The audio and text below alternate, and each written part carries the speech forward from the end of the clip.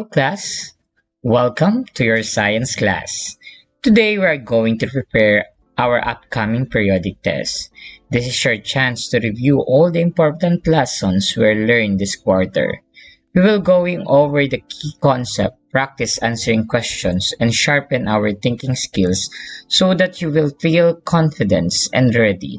Remember, this is not just about memorizing facts, but understanding ideas, applying what you know, and showing your best effort. So get your pen and paper ready, focus your mind, and let's start our review together. For a easy level, direction.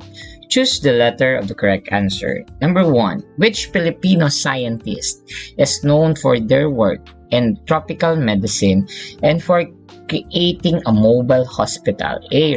Ramon Barba. B. Fi Del Mundo. C. Angel C. Alcala.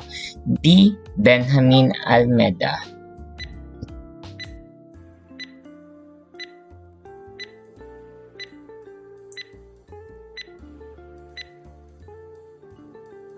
Number 2. What invention by Ramon Barba allowed mango trees to produce flowers and fruits more than once a year? A. Fluorescent lamp. B. Mango induction. C. Irrigation system. D. New fertilizer formula.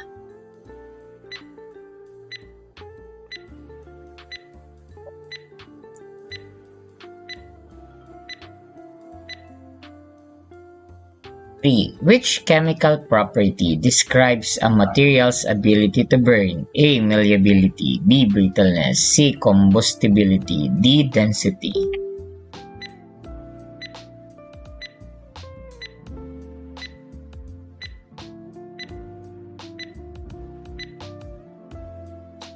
Or, what is a key difference between a biodegradable materials and a non-biodegradable one?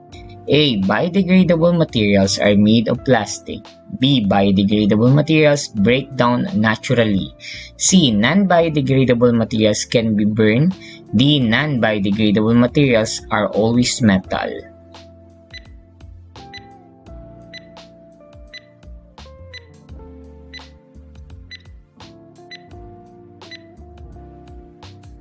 Five. What is a common result of burning wood or coal? A. The materials become heavier. B. The materials changes into ash, smoke, and heat. C. The materials becomes a liquid. D. The materials color disappear.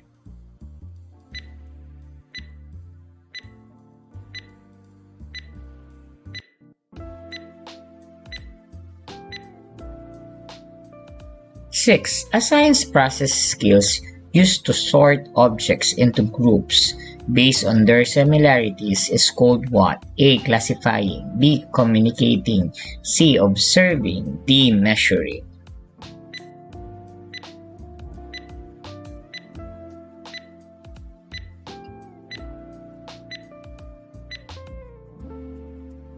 Seven. What is a simple way to minimize the harmful effects of burning waste materials? A. Burning them in a closed room. B. Burying them in a pit. C. Restricting or avoiding the burning of waste. D. Throwing them into a river.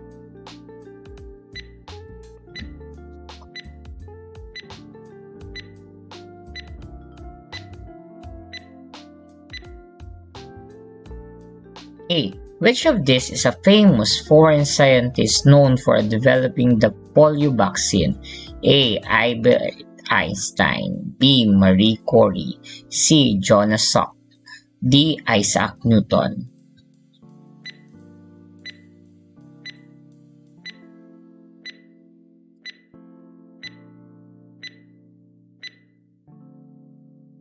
Nine. Which of these is example of biodegradable materials? A. Plastic bottle. B. Glass jar. C. Banana peel. D. Metal can.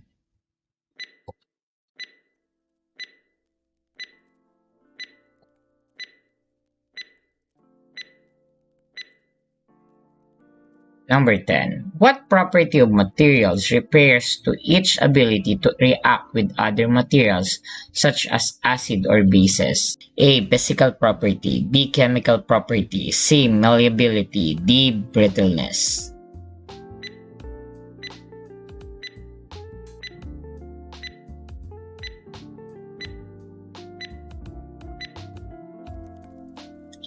(11) Why is the invention of the fluorescent lamp considering a significant contribution to everyday life? A.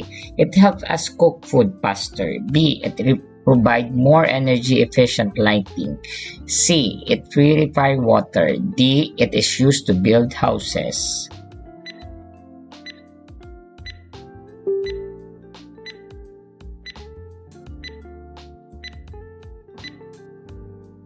12.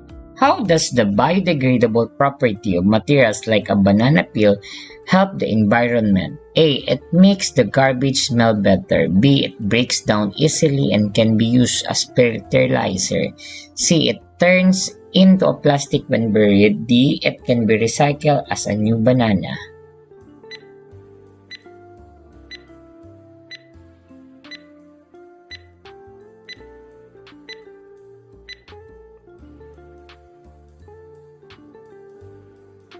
(13) Describe what happens to the property of materials when it is exposed to high temperature, such as when wood is burned. A. It becomes a new solid material which has different color and texture. B. Its properties remain the same. C. It melts into a liquid and then evaporates. D. It becomes stronger and more durable.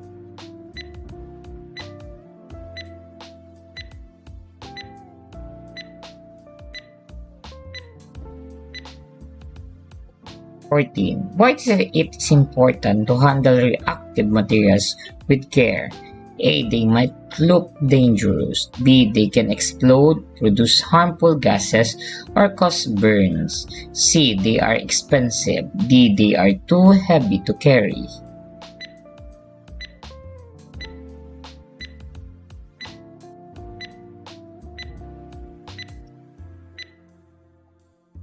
15. Explain why the treatment of waste is an important issue for a community. A. It only affects the appearance of a community. B. Improper waste treatment can lead to pollution and health problems. C. It is not a real problem. D. It makes the job of a garbage collector easy.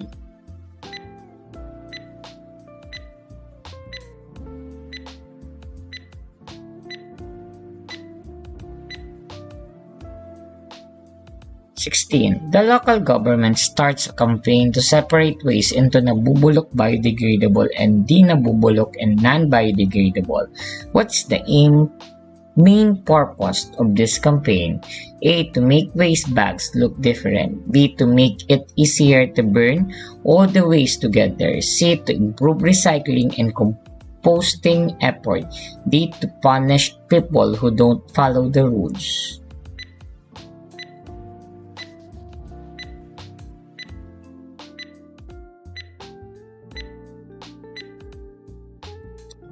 17. How does a guided survey help in understanding community issue?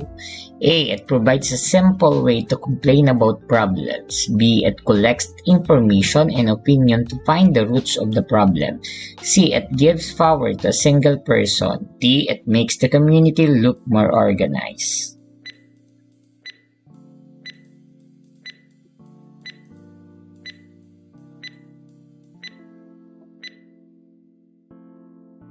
18. When you talk about or to someone with a different opinion during a survey, which science attitude should you show?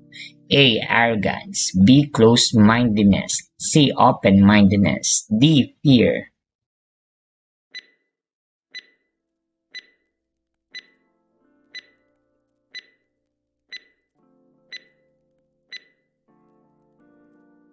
19. What is the impact of a computer on a person's daily life based on its ability to process information and connect to the internet? A. It only help with playing games. B. It makes communication and work faster and more efficient. C. It has no real impact. D. It is only useful for scientists.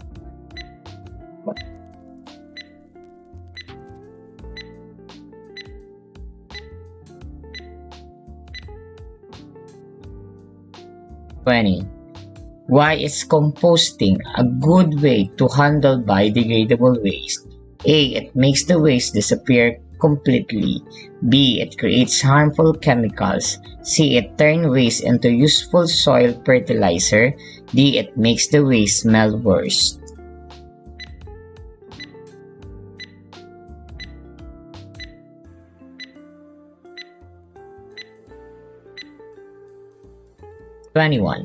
You see a metal spoon turning black after being left in a pot of vinegar for a few days. Which property of materials does this demonstrate? A. Combustibility. B. Reactivity. C. Biodegradability. D. Solubility.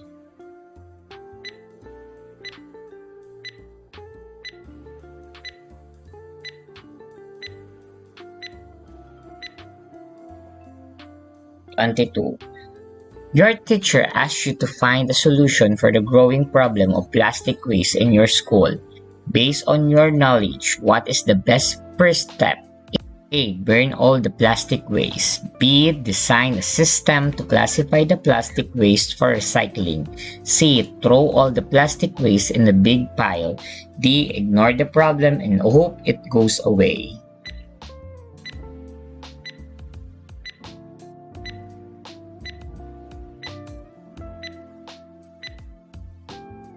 Your community wants to build a new road. Which of these materials would be a poor choice for the road surface if you want to ensure it lasts for a long time? A. Concrete. B. Arpats. C. Wood blocks. D. Gravel.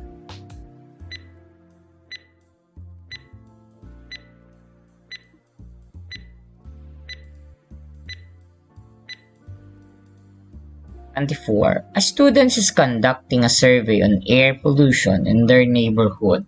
They notice that the air is hazy and smells like smokes on certain days. What scientific skills are they using? A. Classifying. B. Measuring. C. Observing. D. Communicating.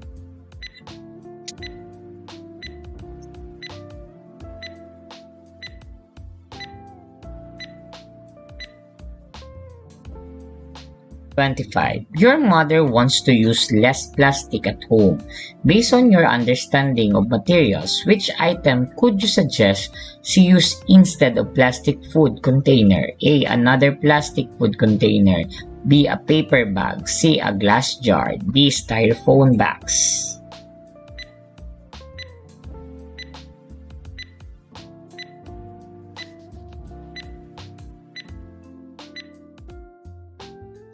A friend wants to dispose of some used batteries. Based on what you know about reactive materials, what should you advise them to do? A. Throw them in a regular trash.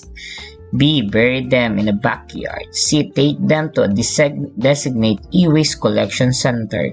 D. Burn them to get rid of the dangerous chemicals.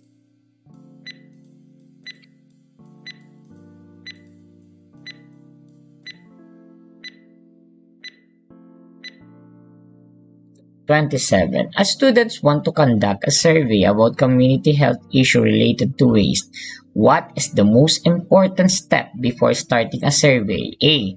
Guessing the answer. B. Developing clear questions about the issue. C. Talking to only their friends.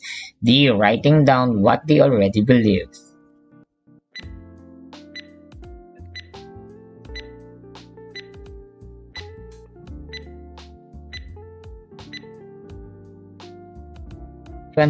During a class experiment, a student mixed two liquids and sees bubble forming.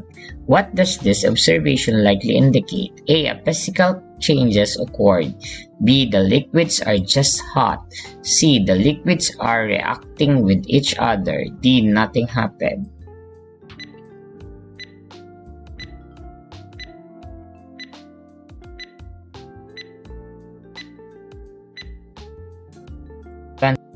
community is using a science invention to make their lives easier.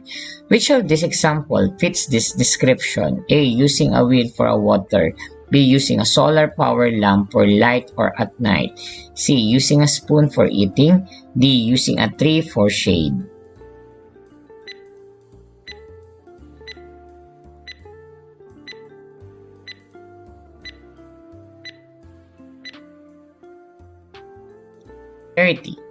The local government has set up bins for plastics, paper, and glass. You have an old glass bottle. Which bin should you put in? A. Paper bin. B. Plastic bin. C. Glass bin. D. Regular trash bin.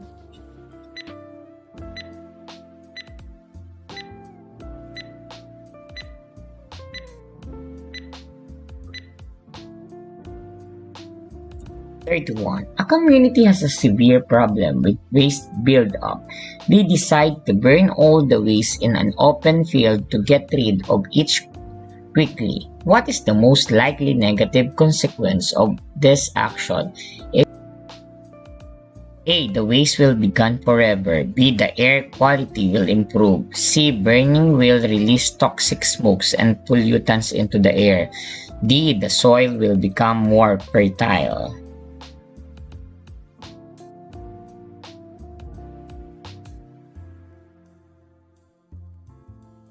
32. You are asked to group a pile of materials. You put paper, leaves, and food scraps in one group and plastic bottle, glass, and metal cans in another. What criteria did you use to classify these materials? A. Color. B. Size. C. Biodegradable, non-biodegradable properties. D. Weight.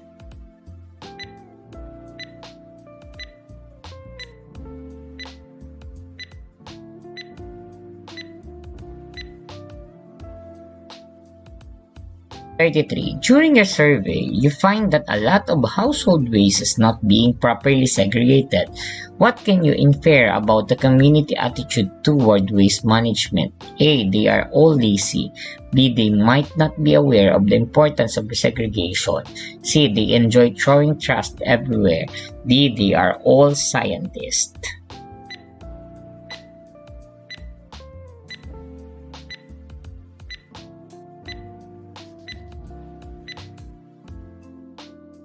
34. A local baker uses a new type of flour that reacts quickly with yeast. What can you analyze about this new flour compared to the old one? A. It is heavier. B. It has different chemical properties. C. It has different color. D. It is more expensive.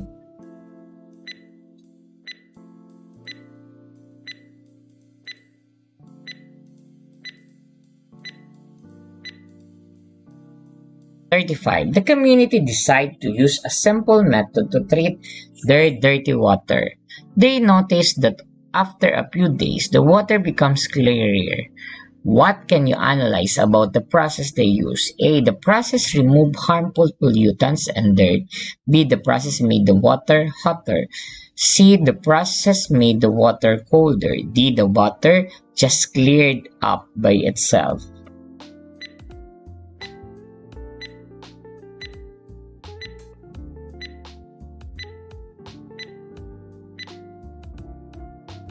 36. Your school wants to start a new environmental program.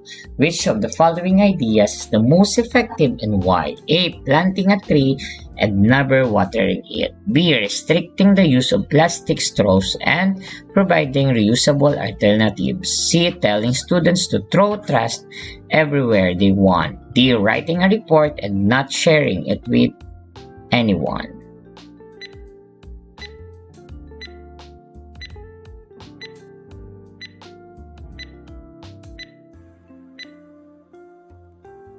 37. Based on your survey about environmental issue, you found that many people are not aware of proper recycling. Evaluate two possible ways to address this issue and choose the better option. A. Telling the people they are wrong and fining them. B. Creating educational campaign through posters and seminars. C. Blaming the local government. D. Ignoring the issue.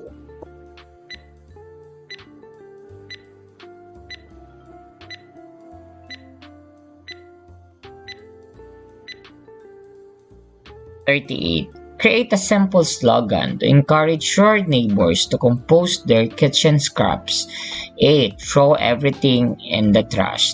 B. Compost now, fertilizer later. C. Don't bother with trash. D. Waste is just a waste.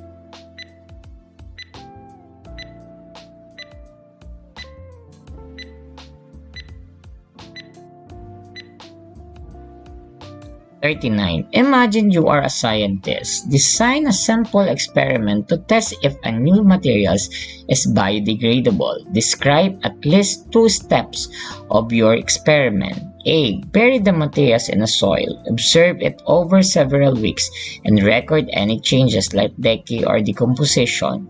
B. Place the materials in refrigerator. Freeze it and check if it breaks.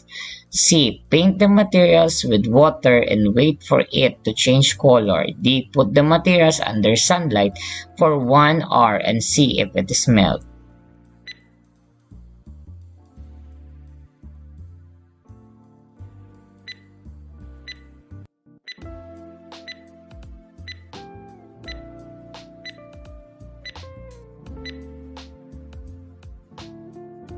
Number 40. A local factory is releasing dark smoke into the air. You, as a citizen scientist, need to report this issue. Which scientific attitude is most important when reporting this to the authorities? A. Being emotional and angry. B. Giving a report based on your personal feelings. C. Being objective and providing clear factual objectives. D. Shouting at the factory owner.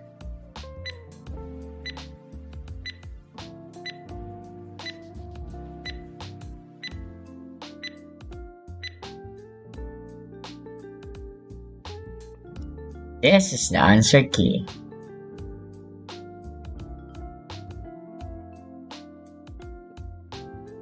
Great job, everyone! You work hard reviewing our lesson and practicing your skills. Remember, the periodic test is not just a challenge. It's your opportunity to show what you learned and how much you're grown. Before the test day, review your notes, get enough rest, and believe in yourself. You are capable, prepared, and ready to succeed. See you in the class and good luck on your periodic test. Thank you for listening. See you next time. Goodbye.